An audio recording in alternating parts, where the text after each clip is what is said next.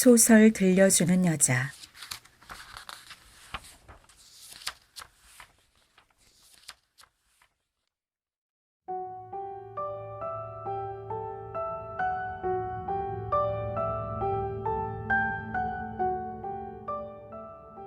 주홍 글자. 나다니엘 호손.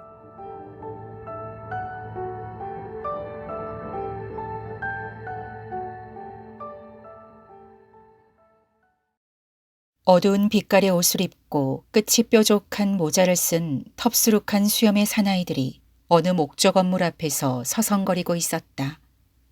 그 속에는 머리에 수건을 쓴 여인들과 쓰지 않은 여인들이 한데 섞여 있었다.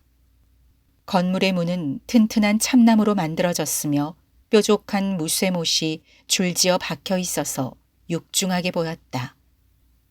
새 식민지를 건설한 사람들은 처음에는 인간의 덕성과 행복에 찬 어떤 유토피아를 꿈꾸었는지 몰라도 을에 처녀지의 일부를 묘지로 또 다른 일부를 감옥터로 떼어두는 것이 실제적으로 가장 먼저 해야 할 일이라는 것을 깨달았다.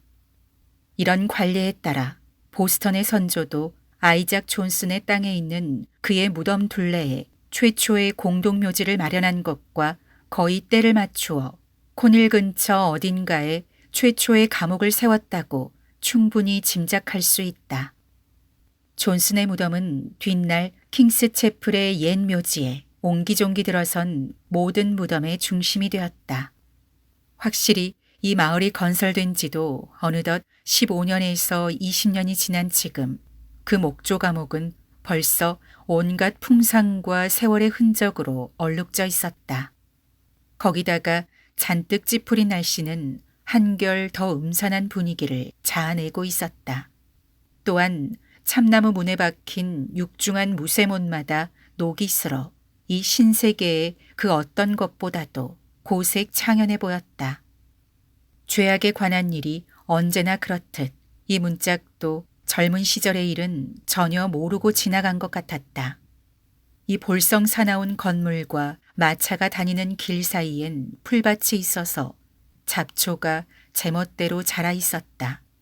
그것은 우엉, 명아주, 나팔꽃 등으로 감옥이 문명사회에 악의 꽃을 피웠다는 점에서 뭔가 일맥상통하는 점이 있는 듯했다. 감옥 문의 입구에는 찔레나무가 심겨져 있었는데 마침 6월이어서 건물은 그 하얀 꽃송이들로 온통 뒤덮여 있었다. 은방울처럼 매달린 꽃송이들은 사형장으로 끌려나가는 죄수들에게 조금이나마 마음의 위로를 주어 어두운 마음에 자연이 베푸는 최대한의 사랑과 친절을 간직하게 해줄 수도 있을 것 같았다. 이 찔레나무는 이상한 인연으로 역사에 살아남았다. 그러나 이 나무가 그 위를 뒤덮은 커다란 소나무가 다 쓰러져 버린 뒤에까지 황폐한 벌판에 그저 살아남은 것인지 아니면 성자가 된 앤 허친슨이 옥문을 들어설 때 밟은 곳마다에서 돋아난 것인지는 우리가 논할 바가 아니다. 이 꽃이 이야기가 진행되는 가운데 보다 아름다운 미덕으로 상징되거나 아니면 인간의 연약함과 슬픔으로 장식되는 이야기의 결말을 아름답게 승화시키는데 도움을 주었으면 하는 바람이 간절하다.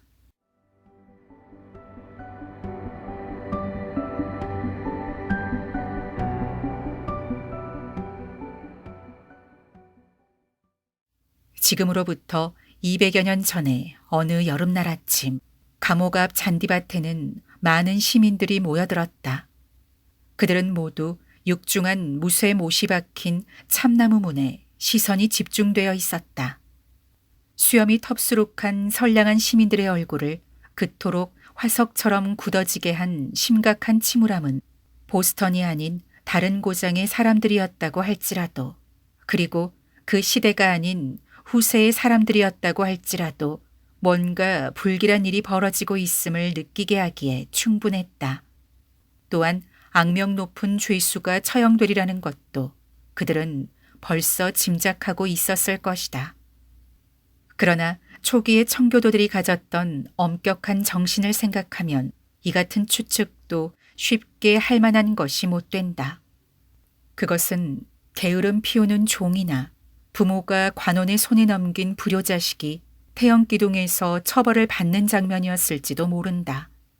또는 도덕률 폐기론자나 퀘이커 교도나 그 밖의 이단적인 신도가 채찍을 맞으면서 마을 밖으로 쫓겨나거나 아니면 집 없이 떠돌아다니는 게으름뱅이 인디언이 백인의 화주를 마시고 곤드레 만드레가 되어 길거리에서 야단 법석을 떨다가 회초리를 맞으며 어두운 숲속으로 쫓기는 것이었을지도 모른다.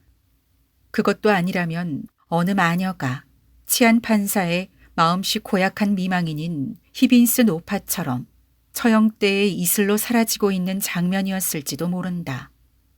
그 어떤 경우이든 구경꾼들의 태도는 이 무렵 사람들과 어울리게 하나같이 아주 엄숙했다. 그들 사이에서는 종교와 법률이 거의 동일했고 그들의 성격에는 이 두 가지가 하나로 너무 잘 융합되어 있었기 때문에 가벼운 것이든 무거운 것이든 공적인 처벌 행위는 존경의 대상인 동시에 공포의 대상이었다. 그러므로 처형대에 오른 죄수가 그런 구경꾼들에게서 바랄 수 있는 동정이란 참으로 보잘것없고 눈물겹도록 냉혹한 것이었다. 한편 요즘 같으면 한낱 수칙거리거나 조롱거리에 지나지 않을 처벌도 이 무렵에는 사형 자체 못지않게 균열한 위험을 지녔을지도 모른다. 이 이야기가 시작하는 그 여름날 아침, 군중 틈에 끼어있던 아낙네 몇 명이 바야흐로 벌어지려고 하는 처벌이 무슨 처벌이건 그것에 유난히 깊은 관심을 보이고 있었다는 사실을 눈여겨보아야 한다. 이 무렵으로 말하자면 그렇게 세련된 시대가 아니었기 때문에 패티코트나 파딩게일을 입은 사람들이 무사람이 다니는 큰 길에 나와 사형 집행 중인 처형대 바로 가까이 있는 구경꾼 사이로 필요하다면 작지도 않은 몸뚱이로 파고드는 것을 무례한 짓이라고 여겨 삼가는 일은 없었다.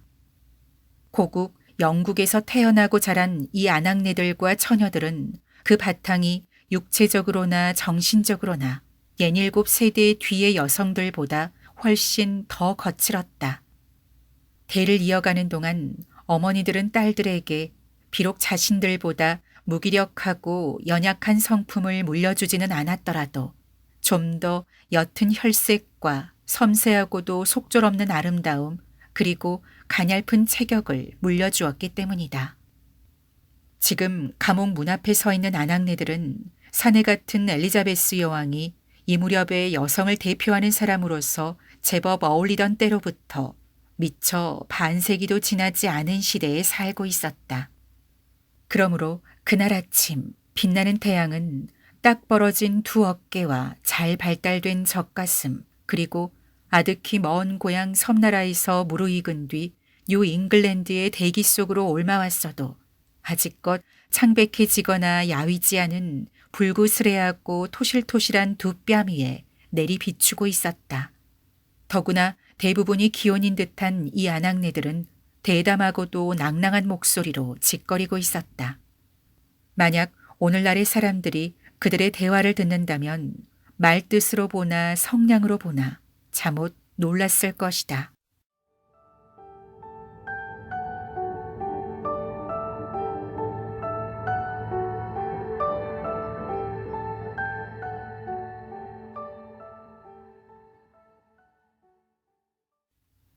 한 거칠고 억세 보이는 50대 여인이 말을 던졌다.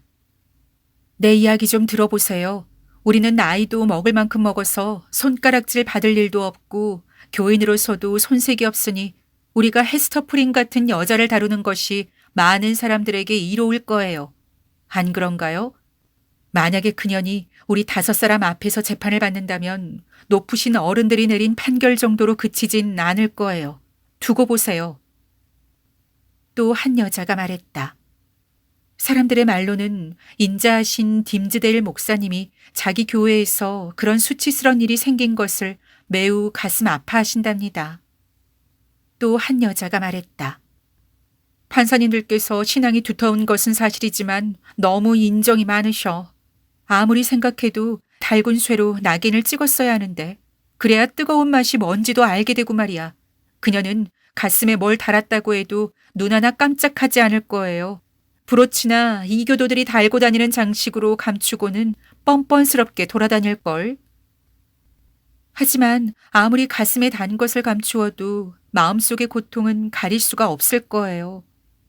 아이의 손을 잡고 있던 한 젊은 여자가 다소 부드러운 목소리로 말을 막았다. 가슴이든 이마든 낙인을 찍는 게 무슨 소용이 있겠어요? 그 여자는 우리 모두를 모욕했으니 죽어야 해요. 그런 년을 처벌할 법률이 없는 줄 아는 모양인데 성경에도 법률책에도 엄연히 있어요. 그런데도 판사님들은 처벌하지 않았으니 자기 딸이나 부인이 그런 못된 짓을 했을 때 매우 고맙겠군요. 사람들 속에서 재판관을 자처했던 가장 못생기고 냉정하게 생긴 여자가 빈정거렸다. 참 너무들 하십니다. 그래, 교수대에 공포가 없다면 정숙해질 수 없다는 얘기인가요? 정말 너무들 하는군요. 좀 조용히들 해요. 감옥문의 열쇠가 돌아가고 있어요. 이제 풀인이 나타날 겁니다. 군중 속에서 한 남자가 소리쳤다. 감옥문이 열리자 먼저 어둠 속에서 햇빛으로 뛰쳐나오듯이 나타난 것은 허리에 칼을 찬 위엄있고 험상궂은 모습의 형리였다. 이 사내의 모습은 청교도 법전이 지닌 추상 같은 준엄성을 미리 전형적으로 보여주고 있었으며 그가 맡은 직책은 이 법전을 최대한 엄격하게 적용해 죄인을 가차 없이 다루는 것이었다. 사내의 왼손으로는 관장을 내밀고 오른손으로는 한 젊은 여자의 어깨를 잡고 그녀를 앞으로 끌고 나왔다. 여자는 감옥 문턱에 이르자 타고난 듯한 위엄과 강인한 성격을 보여주는 동작으로 사내의 손을 뿌리치고 마치 자발적으로 그러는 듯 바깥으로 걸어 나왔다. 여자는 두 팔에 태어난 지 3달밖에 되지 않은 젖먹이를 안고 있었는데 그 갓난아이는 햇빛에 눈이 부셔 사뭇 눈을 깜박거리며 조그마한 얼굴을 옆으로 돌렸다. 이 갓난아이는 지금껏 희뿌연 지하 감방이나 어둠 침침한 방에만 익숙해 있었기 때문이다.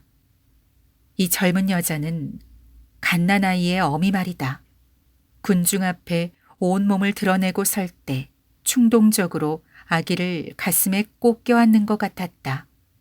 그러나 그것은 모성애가 치솟았기 때문이라기보다는 그렇게 함으로써 술을 놓아 옷에 꿰매어 다른 그 무슨 징표를 행여 감출 수 있을까 했기 때문이다. 그러나 곧 현명하게도 한쪽 치욕의 징표로 다른 쪽 치욕의 징표를 감추려고 해봤자 별 소용이 없다는 사실을 깨달았는지 아기를 한쪽 팔에 안고 얼굴을 붉히면서도 오만한 미소를 띤 채 조금도 부끄러워하는 기색 없이 마을 사람들과 이웃 사람들을 둘러보았다. 그녀의 우돛 가슴에는 화려한 주홍빛 헝겊에 금실로 꼼꼼하게 술을 놓아 환상적으로 멋을 부린 A자가 보였다. 그 글자는 아주 예술적으로 만든 데다가 호화롭고 사치스러운 공상을 마음껏 발휘한 것으로 그녀가 입고 있는 옷에 가장 잘 어울리는 장식적 효과를 내고 있었다. 또 그녀의 옷은 이 무렵의 취향에 맞게 화려했지만 식민지의 사치 금지법이 허용하는 한도에서 훨씬 벗어나 있었다. 이 키가 큰 젊은 여자는 몸매가 이를 데 없이 우아했다. 검고 풍성한 머리채는 너무나 윤기가 흘러 햇빛이 반사되어 눈이 다 부실 정도였다. 얼굴은 이목구비가 단정하고 살빛이 화사한 데다가 훤히 드러난 이마와 움푹한 검은 눈 때문에 한층 더 인상적이었다. 또한 이 무렵의 명문가 아녀자답게 제법 귀부인다운 데가 있었다. 이 무렵에는 요즘 귀부인들의 표준처럼 섬세하고 연약하고 말로 표현하기 어려운 우아함이 아니라 조금 당당하고 위엄 있는 것이 귀부인들의 표준으로 통했다. 그런데 옛날 표준에 비춰보더라도 헤스터 프린이 감옥에서 나올 때보다도 더 귀부인답게 보인 적은 일찍이 없었다. 전에 그녀를 알고 있던 사람들은 그래서 그녀의 얼굴이 불행의 먹구름에 휩싸여 어둡고 그늘져 있으려니 기대했던 사람들은 도리어 그녀의 아름다움이 빛을 내뿜고 그녀를 애워싼 불행과 치욕이 오히려 후광을 만들어내는 것을 보고 어리둥절하다 못해 아연 실색할 정도였다. 그러나 예리한 눈을 가진 사람이라면 아마 이런 모습 속에도 몹시 괴로운 그 무엇이 어려 있다는 것을 눈치챌 수 있었을 것이다. 그녀가 입고 있는 옷은 바로 이 출감을 위해 옥중에서 만든 것으로 자유분방한 자기 의사대로 지어진 것이지만 화려한 그 옷이야말로 그녀의 현재 정신 상태가 어떠한지를 충분히 드러내주고 있었다.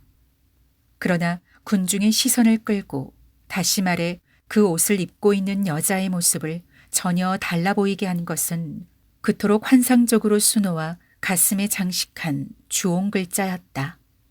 바로 그 때문에 헤스터 프린을 잘 알고 있던 사내들이나 아낙네들도 지금 그녀를 생전 처음 보는 것 같은 느낌을 받았지만 말이다. 그 글자는 정상적인 인간관계에서 그녀를 떼어내어 그녀만의 세계 속에 가두어두는 마력 같은 효과를 지니고 있었다. 그년 바느질 솜씨 하나는 끝내주는구만. 아낙네 구경꾼 가운데 하나가 말했다. 저 뻔뻔스러운 계집 말고 저런 식으로 그걸 내보이는 계집이 이 세상에 또 어디 있었담? 글쎄 아주머니들 전연히 믿음 깊은 치안판사 나리들을 보라는 듯 비웃어대며 나리들이 처벌 삼아 달게 한 것을 도리어 저렇게 자랑거리로 삼고 있는 게 아니겠수? 아낙네들 가운데서도 가장 사납게 생긴 여인이 나지막이 중얼거렸다. 헤스터의 미끈한 어깨에서 말이지. 저 좋은 옷을 홀랑 벗겨버렸으면 좋겠다니까.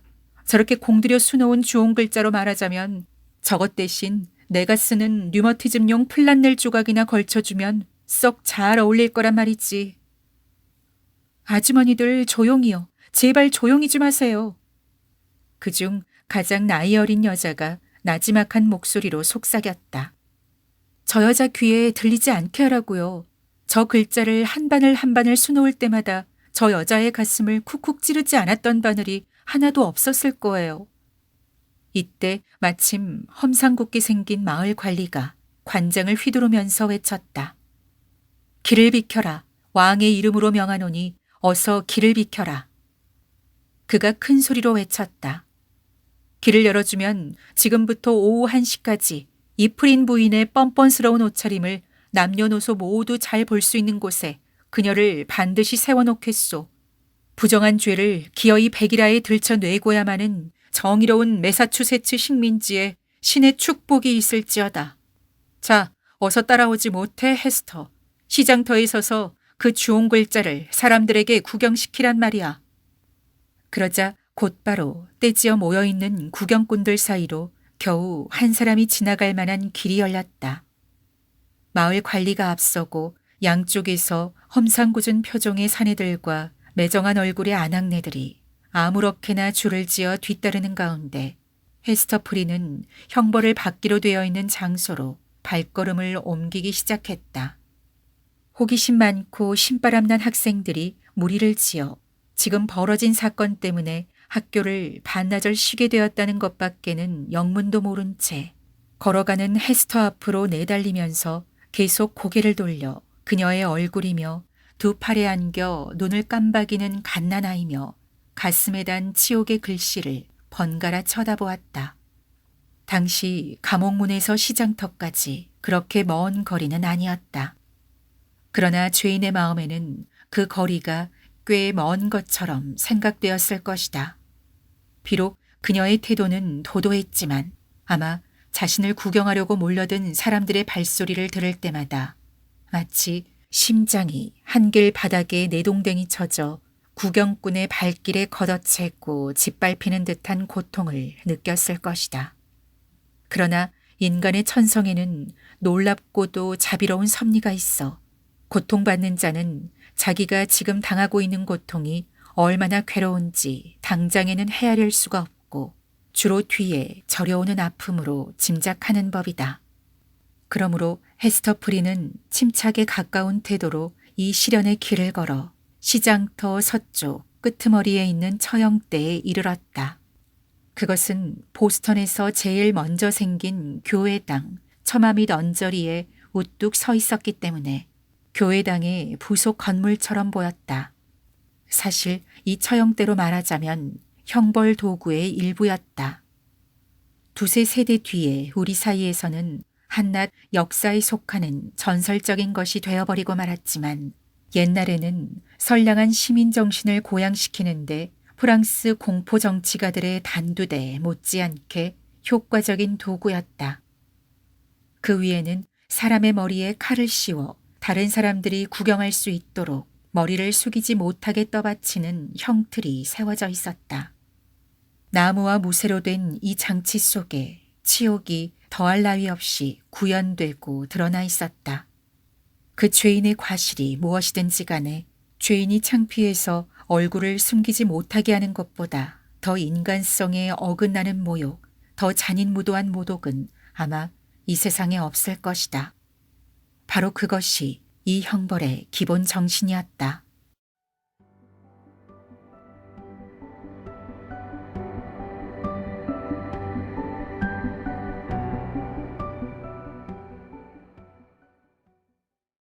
그러나 다른 죄인의 경우에도 자주 그렇듯이 헤스터 프린의 경우에도 그녀가 받은 판결은 일정 시간 동안 처형대 위에 서 있어야 한다는 것일 뿐 목에다 칼을 쓰고 머리를 숙이지도 못하고 있어야 한다는 것은 아니었다.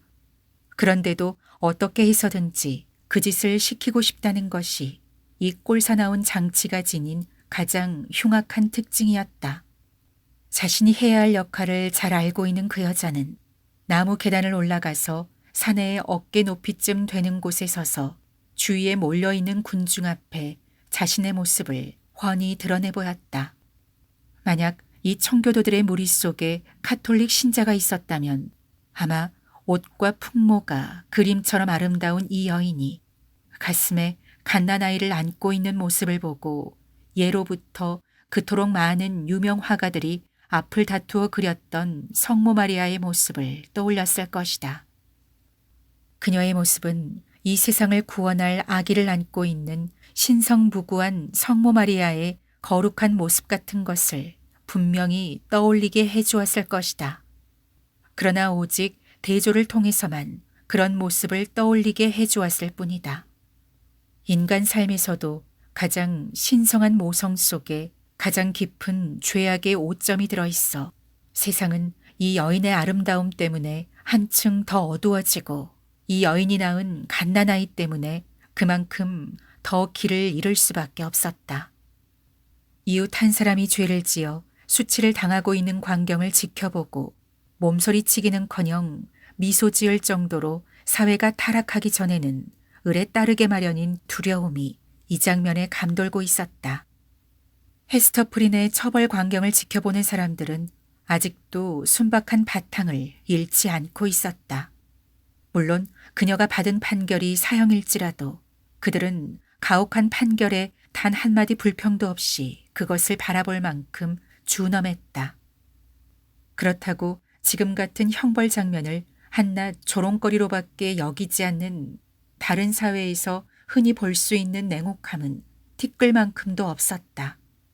비록 이 사건을 웃음거리로 취급해버리려는 경향이 있었다고 해도 총독과 그의 행정위원 몇 사람, 판사 한 사람, 장군 한 사람, 마을 목사들 같은 위험 있는 인사들이 모두 교회당 발코니에 서서 처형대를 굽어보고 있는 근엄한 상황에서 그런 기분은 좀처럼 고개를 들지 못한 채 압도당하고 말았을 것이다. 그들이 지위나 관직의 위엄과 존엄을 손상시키지 않고 이런 광경의 한 부분을 이루고 있을 때는 판결의 집행이 진지하고도 효과적인 의미를 지닌다고 추측해도 좋으리라. 따라서 군중은 하나같이 진지하고 엄숙한 표정을 짓고 있었다. 수많은 시선이 자신을 응시하고 자기 가슴 한가운데로 무자비하게 쏠리는 가운데 이 가엾은 죄인은 여자로서 버틸 수 있는 한 최선을 다해 몸을 가누고 꿋꿋이 서 있었다. 그것은 참으로 견디기 힘든 일이었다. 천성이 충동적이고 열정적인 그 여자는 온갖 모욕으로 나타나는 가시나 독을 품은 비수 같은 군중의 오만에 맞서기로 단단히 대비하고 있었다. 만약 군중이 사내들도 아낙네들도 목소리가 날카로운 아이들도 저마다 자신의 몫을 맡아 우레 같은 웃음을 터뜨렸다면 헤스터프리는 경멸의 쓰디쓴 비웃음으로 그들을 맞대했을지도 모른다.